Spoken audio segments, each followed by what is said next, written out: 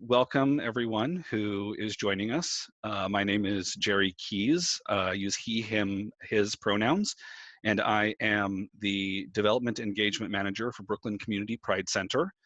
A couple months ago, we were approached about participating in the All of Us research program as a community partner to help promote the program to the LGBTQ community of Brooklyn and New York City. And we eagerly signed on. We normally are a little bit reluctant when it comes to research studies because we don't have the necessary skills to vet all of them, and our clients often say they're tired of feeling like lab rats for every research study that comes along. But looking into this one, we were very impressed with it and with its goals and its missions, so we agreed to sign on for this. Today we're going to be talking a little bit about that, as well as talking about what is precision medicine and why you should participate in the All of Us research study. With me today, we have two guests. First, we have Kolbi Brown, the program director at NYC Health Plus Hospitals in Harlem and All of Us research program, and also Dr. Mitchell Lunn, assistant professor of medicine at Stanford University School of Medicine. Kolbi and Mitch, welcome. Thank you. Thank you for having us. Just to do a little bit more housekeeping, because we had a bunch of people just join in the last minute. All participants in this call, except for our two presenters and myself, will be on mute until we reach the Q&A portion. If you want to be unmuted to ask a question, I can manually do that, or you can ask your question in chat. Be aware that the meeting is being recorded, so if you ask a question using your camera and your audio, know that that's going to be recorded and shared on our social media platforms after this. Additional bookkeeping, we will send a follow-up email after this with some of the resources that we present in here today. But before we get into the conversation, I want to start with sharing a couple of videos that just sort of give an overview of what the All of Us program is all about.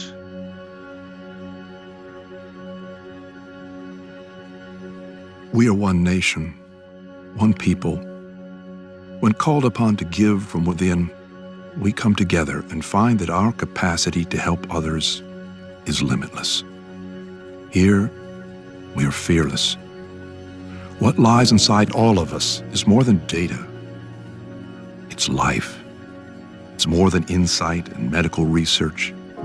It's vision and honor and compassion. What's flowing through America's veins is its diversity. The next great breakthrough will be found in each and every one of us.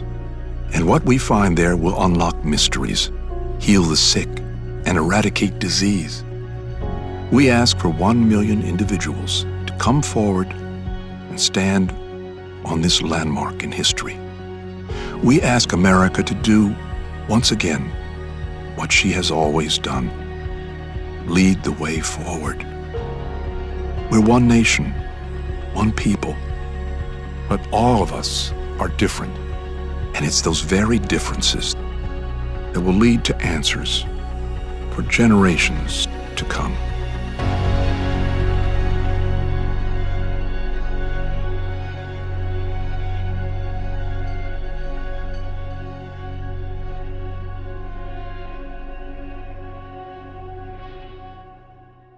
So that was the first of the videos that we wanted to use to sort of frame the conversation and make sure everyone understands what this program is all about.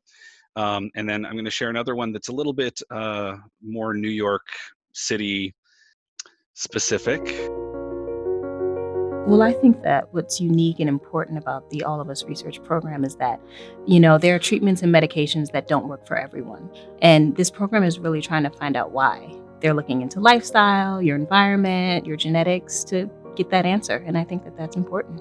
Personally, I wanted to become a participant in this program and be involved because as a Black person living in America, I know that we've been left out of biomedical research largely in the past. And this program is also looking to change that, and they're looking at more diverse populations. I would say to anyone who has reservations about joining that you could possibly be a part of medical breakthroughs in the future. Why would you not want to be a part of that? I'm Chantel, and I joined For All of Us. So let's jump into some of the questions. Now, those videos did a sort of a good job of framing a little bit about what the program is all about, but we're here to talk today a little bit more about the term precision medicine, which has come up, as well as the specific LGBTQ community's involvement in all of this. So let's start. Kolbi, can you maybe give us an explanation of what is the big picture goal of all of us, and also what is precision medicine and why is a study like this important? Absolutely. So the All of Us program has a goal of trying to enroll 1 million or more participants from across the country. So this is a national effort that's being led by the National Institutes of Health. And one of the things in terms of the value for the program is to ensure, Chantel references it in the video we just watched about communities that have been left out of research. And so within that 1 million that we're trying to get in a cohort, we want to make sure that it's reflective of our populations. So race, gender, women often are left out of research studies, sexual and gender minorities. We really want to make sure that we have a cohort that's reflective of all of our communities across the country. And then by having that type of information, we could basically be able to start being able to get medical breakthroughs by having this very diverse cohort. And is that what the term precision medicine is all about? Is being able to sort of get those breakthroughs? So precision medicine, and just to go into that a little more clearly, is this concept of tailoring medicine to the individual, hence precise. So one of the examples that is really simple, but that I love when we first joined the program, was talking about people who have eyeglasses, and thinking about people where usually you go to the doctor if you have an issue with your eyes, that can be solved, and Jere probably wouldn't go ahead and switch his glasses with someone else because all of that particular medicine is tailored for Jere as opposed to someone who might be next to him who has an issue with their eyes. So that's great. But what we know is that there's so many aspects of medicine that don't work like that. So again, I've seen the Chantel video before, and I love that video. I haven't seen it in a while. But when she talks about medications that don't work for people, always makes me think of my grandmother, who's 91 and has had, hypertension forever. And to this day, complains about the fact that, well, do I really need to take this? Because it, doesn't seem like it's making anything better. And now working for this program, I could go back to my grandmother and say, who we actually call Nanny, but I could go back to Nanny and say, hey, the reason why this medication might not be working for you is because it wasn't designed with you in mind in the first place. And so that precision medicine aspect that this program has as a focus and a value is really important. And if you start going through different medical issues or conditions that people have, you can really see these issues in real time and in real life for people.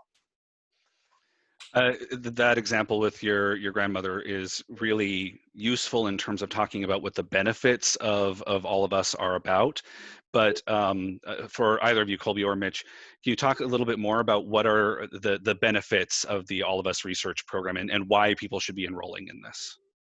So, Mitch, I didn't know. Well, you know what? Let me go with some kind of how I view it as, and I think there's a dog in the background in my neighborhood, so I apologize if that's being picked up, of course. At least there's no music playing from upstairs right now, so we're doing good.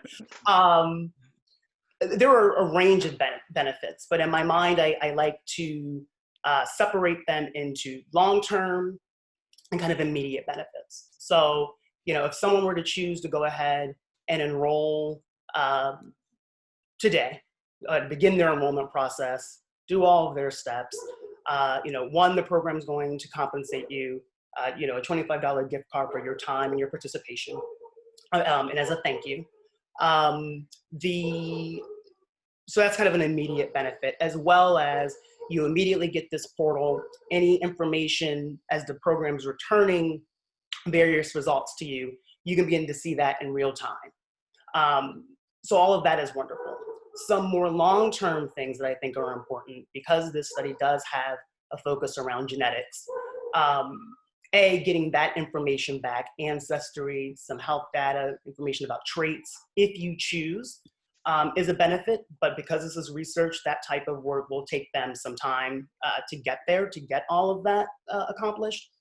And then another thing with the genetic component to this is that this program is setting up an entire genetic counseling resource. And so not only, okay, we're studying your genes, but if there's an actionable finding, if there's something that they can intervene in your health by seeing that you have a gene that is malfunctioning, for lack of a better word, that is really powerful when you think about communities that people might not even have access or be able to afford a genetic counselor. So there's immediate benefits to the program, and then kind of long-term things if you remain involved. The other really great thing about this program is that it does have the ability to change and shift to current crises. So, if I were to think about COVID, and I don't want to get too off tangent, but the program is doing work about that right now because of the cohort that they've built. And who knows what the future holds, but there can be other things within the program that they're able to respond immediately to an ongoing crisis. If I'm allowed to add in, I agree with everything that Kolbi said. I would I think some of the other things is that for some people this resonates, that you're joining a community of people participating in research. You're joining this group of 1 million people across the country, and a lot of people actually start to feel good when they're contributing something that is going to kind of better humanity. And so being part of a larger project is, that is poised to make really some key scientific breakthroughs, is really, I think, an important aspect as well. Your data, whether that's electronic health record, your kind of medical record data, or data that you contribute from surveys that you take as part of the program, or your biospecimens, a blood sample and a urine sample, all of those components are going to be used in various ways to answer various scientific and health related questions in the coming years. And so those breakthroughs and those findings and those new discoveries may not benefit you. They may benefit your loved ones. They may benefit the next generation of people in your family and people in other people's families. And so those benefits are a little harder, I think, because you don't necessarily see them necessarily tangibly in your lives or in the lives of your close friends and family, but they are, I think, something that a lot of people really feel good about, that it's something that's relatively easy for people to do, taking a couple hours of their time spread out over several days. It allows them to make a contribution that really has the power to change human health in a variety of ways going forward.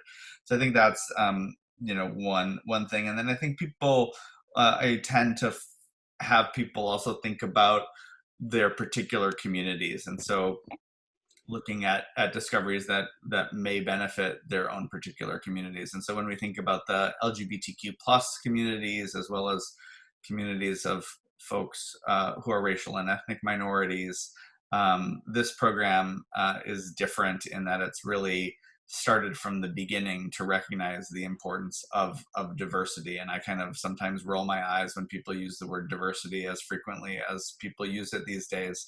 But I think with the All of Us program, it's different because they've really put their actions, and are not just saying things. So the program is, designed to have at least 50% of the participants be folks who are racial or ethnic minorities, and at least 75% of the participants be people who are underrepresented in biomedical research. And so that includes the LGBTQ plus or sexual and gender minority community, as well as some others. And so that commitment from the very beginning, I think, is something that is very different than a lot of research studies, which oftentimes view racial and ethnic minorities and LGBTQ people almost as an afterthought, and realize how their results may not necessarily be applicable to those communities. So I just want to, before we get into talking about enrollment, I want to follow up on this. Both of you mentioned research as, one of the long-term benefits, and because I learned who is doing this research and who the research is available to, I just wanted to ask you both to maybe comment on that. Who can use this data that's being collected, and in what ways is who is doing this research? So the short answer is currently, and this will gradually be changing over time. Currently, the people that can access the data are largely academic researchers at colleges and universities across the country, who do research for a living. People like me. I devote about 75, even though I'm a doctor, I spend about 75 or 80% of my time doing research and the rest seeing patients. So, kind of flip from what a lot of people may think. And so, so basically you need to be basically a verified, bona fide researcher to have access to the data right now. Soon, and the program is very, very, very committed to this, is not having it just be people in colleges and universities, kind of in the ivory tower, which obviously is not accessible to many others. And so, folks attending this meeting may be part of community-based organizations or other agencies that could also have their own research questions that they may like to answer.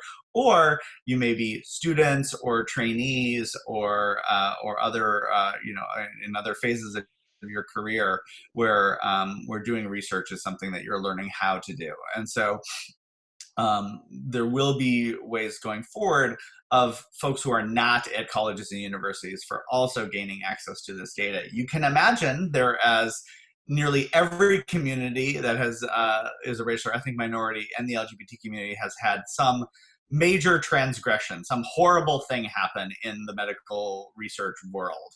And so data privacy, safety, security, all those sorts of things, especially nowadays, have become a hot button topic, and appropriately so. And so there's the balance between getting people's data to people who want to do research but are going to do it in a way that is not discriminatory, is not stigmatizing, and is answering appropriate research questions rather than using it for some bad reason. And so those are, I think why the academic researchers part came first, because there's already a system of vetting and verifying people that way, compared to, community members broadly. And so I think I should be very clear that identifying information like your name or your medical record number at your hospital is actually never sent to anybody. So even to academic researchers, like if I go in, I can't go find, Kolbi's medical records and get all the details, about Kolbi that way. So it's, in a de-identified way, but still people can do bad things with the data. So they're taking their time to appropriately figure out ways to allow folks to have access. So let's talk a little bit about what the enrollment process looks like. I, despite having been part of promoting this program for a couple months now, have not enrolled myself yet. And I keep meaning to do that, and I just don't seem to schedule the time in my day to do it. But Kolbi, maybe you can tell us a little bit about what the enrollment process looks like right now, as well as what it would look like in a non sort of COVID-19 pandemic time. Great question, because we've definitely been affected by this COVID crisis. So I think the easiest way to explain the program, first of all, there are two kind of steps, kind of an online portion of steps that you need to take, and then in-person steps at one of our locations here in New York to finish your enrollment. And so the online steps, which anyone can do, as soon as this call is over, whether it be on your phone or computer, would be to go to joinallofus.org to register for the program. So the first thing you're going to have to do is to begin to set up an account, complete a primary consent. Mitchell mentioned about our EHR data, and the program is asking participants to allow access to their electronic health record. Because if you're thinking about that from the standpoint of a researcher, that information in your chart, especially if you're someone who maybe you've gone to, the same hospital or the same care facility for 10 years, that's rich data that would be helpful for researchers. So we're going to ask you about that. And to consent to that, you would then need to complete 3 surveys, a basic survey, a lifestyle survey, and an overall health survey. And those 3 surveys are built where there are questions and things that you might be uncomfortable with. There are a lot of I'm going to call them out clauses where you can, not answer something that makes you uncomfortable. I mentioned genetics earlier. There's also a genetic return of results consent. So while the program is going to be running, samples and studying people's DNA, we understand that there are different aspects of that where people may or may not be comfortable. So you might be interested in just learning things about your ancestry. And they're going to come back and basically say, hey, is that something that you really want to do? Let's fill this out again and say yes. Do I want health data? Because of course there could be concerns. Maybe, some people you talk to and they say, well, great, I'm doing this research program, but I don't know if I really want to know that there's something, some horrible disease that maybe I could, get in my lifetime. Maybe I actually don't want to know that. And so the program is very respectful of giving people choices and options of what they would do. So all of those things, registering the primary consent, the EHR consent, the 3 first surveys that you receive, basic, lifestyle, and overall health, as well as the genetic return of results consent, all of that can be done online. Now, normally, we would be in each one of our facilities. So I'm at Harlem Hospital here in New York. My colleagues, I think some of them are on the call, Weill Cornell Medicine, Columbia University, they're also doing this work as well. And so a lot of times we would be in the facility, whether it be people from our own hospital or people who've heard about the program and are coming just for all of us, we would be there to assist with those online steps, especially for anyone who might have challenges around technology or having a lack of digital access, which we cannot be there right now to facilitate that process because we're not doing any in-person activities due to COVID until at least July 1st. The second part of the program, which we clearly are not doing because I already mentioned we're not in the hospital, are what we call physical measurement and biospecimen collection. And so for physical measurements, you're having someone take your blood pressure 3 times, actually. Getting your blood pressure taken. You have people doing waist to hip measurements, your weight, pretty fairly routine things. And then being asked to to submit a blood sample. And so the online components, plus what we like to call the in-person components for the physical measurements and biospecimen collection, all of those things done together would make you a core participant, a complete participant within the All of Us program. 90 days after doing those steps that I've just outlined, our participants, because we really want to build a partnership. So this isn't a program where we're gobbling up data and information and you never hear from the research coordinator who you worked with, or you never hear from the program again. The NIH is going to be sending you newsletters at least once a month. You might get newsletters locally from us here and information from us here in New York. But after 90 days, there will be additional surveys that you're able to complete and that would really be helpful for researchers to have that information. So trying to dig into to issues around healthcare access and utilization, family history, your medications. So over time in this study, which is supposed to last for 10 years or longer, you're going to have information that continues to come back and forth through that portal that you register in. So in this current climate, what we would ask people to do, anyone who's interested, you can go online now and begin all of those online steps, which would make your in-person visit, when that actually can occur again, that would make that much shorter because you've already done all of the online steps at home. One thing I just wanted to follow up on what you just said there. You talk about this being a 10-year study, and I think it's important for people when enrolling to understand that we are asking for a long commitment from them. It's not a one and done. Right. Even a one and done is sort of valuable, but what we're really asking people is to plan. So save your login information, save your, somewhere you can find it. Because we're really asking people to come back and take more surveys over time. That's where the real value and the real benefit to precision medicine is going to come from people continuing to participate in this study for years, frankly. And that I don't say that to scare anyone off. I say that to make sure that you're anybody who's thinking about enrolling knows that we're asking for a long commitment from you, and to know that the benefits of that are going to be important.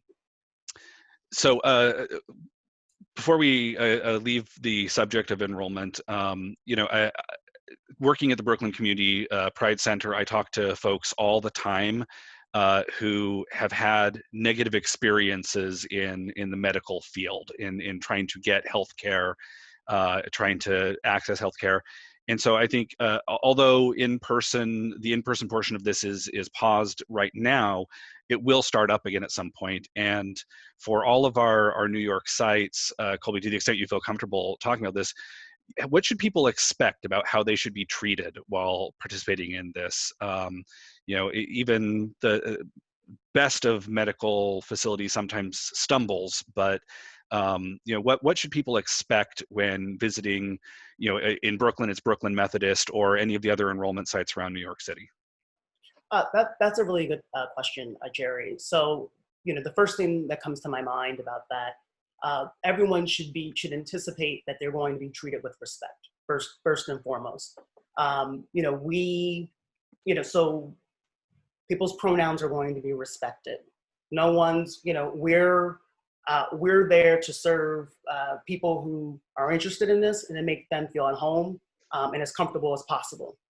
In a more kind of tangible way of, okay, how are we across our consortium making sure that people have an awareness and sensitivity to issues with sexual and gender minority issues. We're always looking to learn and participating in trainings. So before this meeting officially started, I had joked with Mitch that I wasn't sure if he remembered me, but does wonderful seminars, not just here in New York, but across the country, obviously, and that we've done in-person work around sexual and gender minority issues amongst all of our sites, so that's a value. So even though I don't work with Cornell or someone at Columbia, vice versa, I mean, it's something that we have ensured that all of our staffs participate in. And so we had a session about that, maybe a year ago or so. And then here recently again, where we're very cognizant of the fact that people need to be reminded about the sensitivity that's required around certain issues. None of us are an expert. So even me being asked to participate in this, I was very aware that I can maybe talk about my experiences as a gay Black man. I might not be the best person to, talk about what someone's transgendered experience may be, and that there are things that I can continue to learn, not just today, but again, moving forward in the future. So we really have a commitment to making everyone feel respected, a commitment that our teams who are interacting with the public understand the sensitivity around this, and really putting the time in for us to continue to learn and get better and grow. Right. I think I would add, if I may, that so I'm in San Francisco, as you can see my Golden Gate Bridge behind me. If only that were real, if this were my view. But I'm a faculty member at Stanford University, which is just south of San Francisco, and we are awarded, given funding by the National Institutes of Health with the sole purpose making the All of Us research program better for LGBTQ plus people. So not only do we do the trainings and seminars that Kolbi was just talking about to make sure that all of us frontline staff, the people who are actually interacting with participants on a daily basis in their health systems and enrollment sites, are, respectful to people, using people's correct, their name and their pronouns, and not making assumptions about who may be with them at their visit, whether it's a partner, a family member, a friend, etc.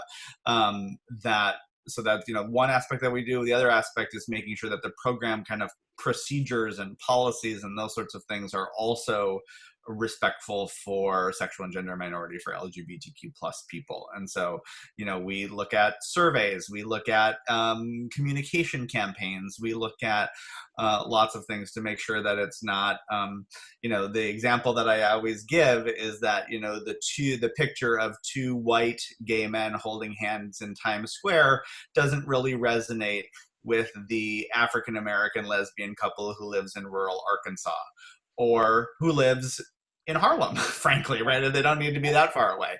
So, so there's the importance of looking at kind of diverse messaging that's appropriate and welcoming for everybody, because really this is truly a program where everybody is welcome, and that has not been the case historically with research, right? And they've done the program, the All of Us research program has done a good job at making sure that kind of aspect is built in, not only to the culture, but also built into the actions that the program takes. So, we, in addition, there's a tish more information about LGBTQ populations. If you go to joinallofus.org/LGBT, it gets you to an LGBT video. It gets you to a couple other pieces of information, including how people are understandably skeptical about participating in a program like this. So we kind of handle those potential issues or potential barriers or potential concerns that people have. We try to handle them head on, right, and talk about them rather than just telling people to get over it and join. We know that doesn't work, and so we prefer to have a conversation about those and see about the ways what your concerns are and what the program has done to help them. I have to say, this is really the aspect of the program that convinced us at the Brooklyn Community Pride Center to sign on to helping to promote this. Is we are aware, I think many of us have heard, but there's stories throughout history of very, I guess problematic is the nicest word for it, research done to communities of color and research done on queer people and particularly trans people. Last summer we had a history series where we talked about the history of queer Brooklyn, and one of the things that got discussed was a somewhat famous case of a trans person who's being studied by a pretty unscrupulous doctor at the beginning of the 1900s.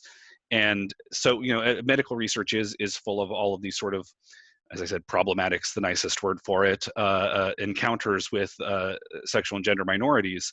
And the thing that really sold us on All of Us is the fact that All of Us isn't just the name of the program, it's also sort of the ethos of the program. The program is being designed with all of us at the table. Where Mitch and the work that you're doing, Kolbi, and the work you're doing up in Harlem, like the LGBTQ voices are being heard at every stage of the research program design, as well as all of the communities of color, all of the different underrepresented groups that this study is aiming to attract. Mitch, I want to ask a little bit more, just to drill down, because the idea of this whole conversation today is about the LGBTQ community. Can you talk about maybe any specific things that you see the LGBTQ community benefiting from by participating in the All of Us program? Sure. Yeah, absolutely. So, so as a researcher, we have a couple things here that are interesting. So, this is bound to be so let's take one step back from a research perspective and note that LGBT status, so sexual orientation and gender identity, actually are not collected on the U.S. Census at all. So we have no way of actually knowing where LGBT people live. We don't know anything about their races and ethnicities, their ages, their religions, their support networks, those sorts of things. It's also not collected. The Census Bureau, in addition to the census that happens every 10 years, they also run a sort of study called the American Community Survey, which is done during the intervening years. So basically all the years that they're not doing the census. And big government agencies like the NIH, and more importantly, the CDC, the Center for Disease Control and Prevention, use data that you get from the census and from the American Community Survey to design other studies to study the health of the US population. And so you can imagine, without sexual orientation and gender identity being included in any of that data collection, it's also not included in any of these health studies. And so while we know many, many things about, lots of things, heart attack, high blood pressure, high cholesterol, all these things that diabetes and kidney disease and all these things that we've learned by these large federal studies about the population broadly, we don't know that about LGBT people. And I also like to emphasize that we use this term LGBT or LGBTQ or LGBTQ+, and by using that term, we almost imply that all LGBT people are the same, which I just wanted to make an explicit point that is not true at all, right?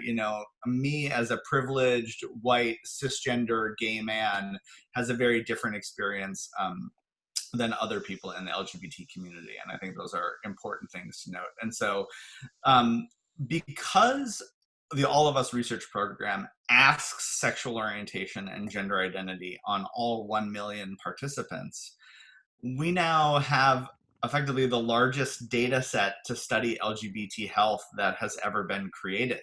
And it will only be growing as we move from the 250 to 300,000 people that have enrolled so far up into as we reach that 1 million point over the coming years. And so as an LGBT person, participating in the All of Us research program actually allows you to be really, contribute to a truly historic moment of being able to start studying LGBT health and LGBT health disparities. And not just at the all LGBT bucket, but looking at the African American genderqueer person who was assigned female sex at birth and has a sexual orientation of straight, right? Like each of these kind of granular things, if we think about sexual orientation, what sex you were assigned at birth, what your current gender identity is, what your race and ethnicity are, we have all of these things in us at all times, right? And you can imagine that there's a gajillion combinations if you mix all those up. And we're actually going to be starting to look at how everybody's identity, everybody's experience actually affects their health. And so, as I mentioned at the beginning of this meeting, we were talking about the access to the data, and as a researcher, we have now access to some of the data that's been collected so far, and we're working on writing this up for a scientific publication, looking at some of the health disparities that the LGBT community faces broadly. But in addition, that will also create some community-friendly information, right? The scientific stuff is written oftentimes in very technical language that is very hard to understand and shows up in a journal that you have to pay for. But instead, we're going to also work on getting some community-based material so that everybody can benefit from the research that is being done from the program. So there's literally thousands of research questions that can be answered. And I think, there's some anecdotal evidence that lesbian women are more likely to have certain types of cancer. Thoughts are because they oftentimes don't have children and they oftentimes don't breastfeed. And so that makes people at greater risk of, say, breast cancer and to a certain extent ovarian cancer as well. But we don't really know that for sure, right? There's some small studies that have that. And so as more and more people, as more and more lesbian women, for example, just get involved in All of Us, we'll be able to start to answer that question. And that's just one example question, of which there are hundreds or thousands more. Give me an afternoon and I'll give you a list that will be several pages long. So and I think importantly, there's many questions that the community has, right? The questions that I as a researcher at a university have are oftentimes ones that are unimportant or that the community doesn't care about. And so we really want to take the lead from the community about what the important research questions are that need to be answered. And that's one of the things that we also try to do. Right. And,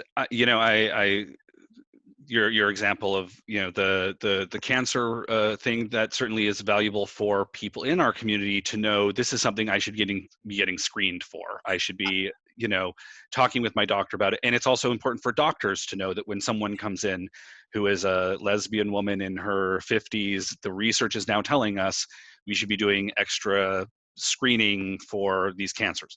Right. Absolutely. I think, the thing I always argue, until we actually have clear data and clear guidelines for anybody who's on this phone call who thinks that they're on this meeting, who thinks that they're not getting the appropriate cancer screening, the way that I think about it is, if you have the organ that could get cancer, it probably needs to be screened. So if you have a prostate, it may need to talk to your doctor about whether or not it needs to be screened for cancer. If you have breasts, talk to your doctor about whether it needs to be screened for cancer. If you have a cervix or ovaries or a uterus or whatever, think about having those conversations with your doctor. There's many times where we don't need to screen for cancer and certain things, depending on your age and other risk factors. But these are important conversations that everybody should have with their doctor, regardless of your age, race, ethnicity, sexual orientation, gender identity, etc. So I think the challenge, of course, is finding a provider oftentimes who is comfortable with you, which is unfortunate that you have to find providers that are comfortable with you for not being discriminated against out of your own identity. And so those are some other important aspects. But again, we're going to, with this research, learn about those health disparities. It's one of the things that we're going to discover, along with, we've focused largely on sort of physical health in this conversation, but there are coming up, Kolbi talked about those surveys that come 9 months later and whatnot. There are going to be mental health focused surveys. Mental health is being studied as part of this. I'm aware of the time. We are reaching the end of sort of what we said this was going to be. I've made it a personal commitment to always end Zoom meetings and whatnot 10 minutes before the hour so that people have time to take breaks. But at this time, I will go ahead and open up to the audience any Q&A, and I'm also going to put the slide up about our the enrollment process, and then in a moment I will switch over to showing the locations in New York. So if anybody has any questions, let me see if I can. Oh, the problem with screen sharing is it doesn't show me chat. I think Kolbi and I can see that, so we can Okay. handle chat questions as they. Sure. If anybody has any questions in chat, go ahead and share those now.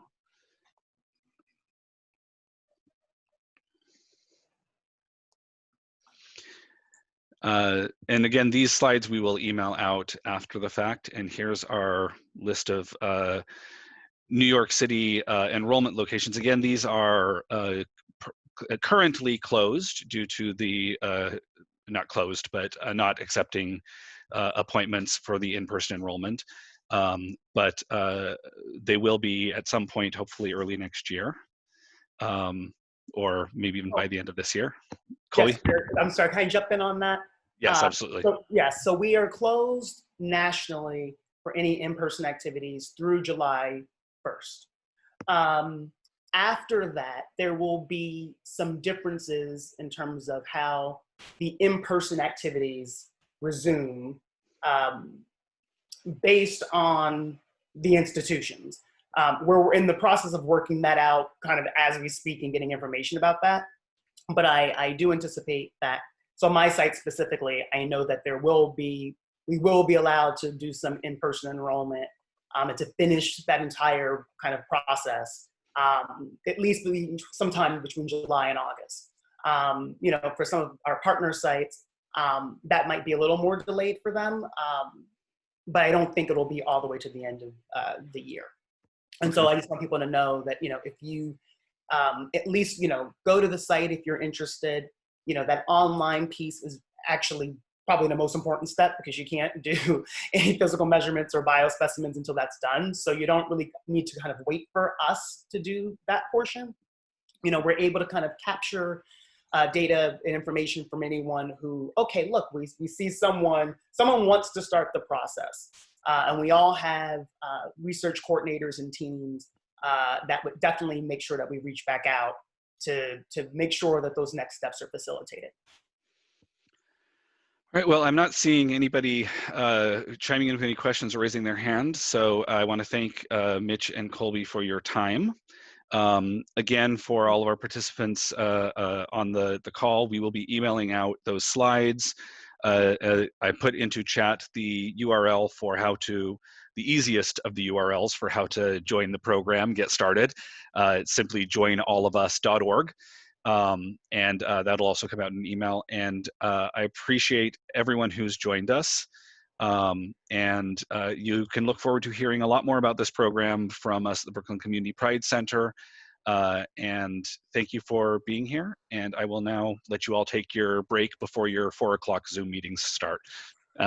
Thank you all. Thank you, Thanks Jere. so much. Thank Have you a so great much. day, everybody. Bye-bye.